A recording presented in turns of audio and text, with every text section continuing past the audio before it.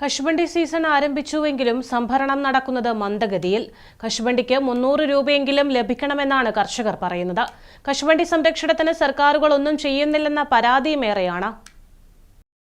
കശുവണ്ടി മേഖലയെ പുനരുജ്ജീവിപ്പിക്കുക എന്ന ലക്ഷ്യത്തോടെ സംസ്ഥാന സർക്കാർ ആഭ്യന്തര അസംസ്കൃത കശുവണ്ടിയുടെ വില എക്കാലത്തെയും ഉയർന്ന നിരക്കായ കിലോയ്ക്ക് 150 നിശ്ചയിച്ചുവെങ്കിലും ഉൽപ്പാദനം കുറഞ്ഞത് ആശങ്കയ്ക്കിടയാക്കുകയാണ്. അതേസമയം സ്വകാര്യ സംരംഭകർ കൂടുതൽ വിലയ്ക്ക് കണ്ണൂർ, കാസർഗോഡ് ജില്ലകളിൽ നിന്ന് കശുവണ്ടി ശേഖരിക്കുന്നുണ്ട്. കശുവണ്ടിക്ക് സർക്കാർ ഇതുവരെ നൽകിയിട്ടുള്ള ഏറ്റവും ഉയർന്ന മൂല്യമായി 150 രൂപ അടയാളപ്പെടുത്തുന്നുണ്ട്.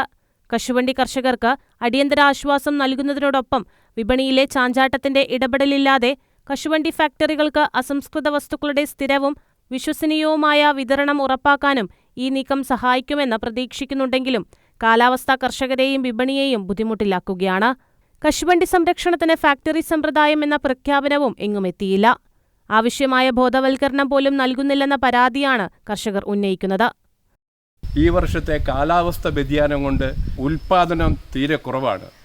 കണ്ണൂർ, കാസർഗോഡ് ജില്ലകളിൽ, അതിൽ പ്രത്യേകിച്ച് ഇരിട്ടി മേഖലയിലെ കശുവണ്ടി പരിപ്പാണ് ഏറ്റവും കൂടുതൽ ഗുണനിലവാരമുള്ളത്.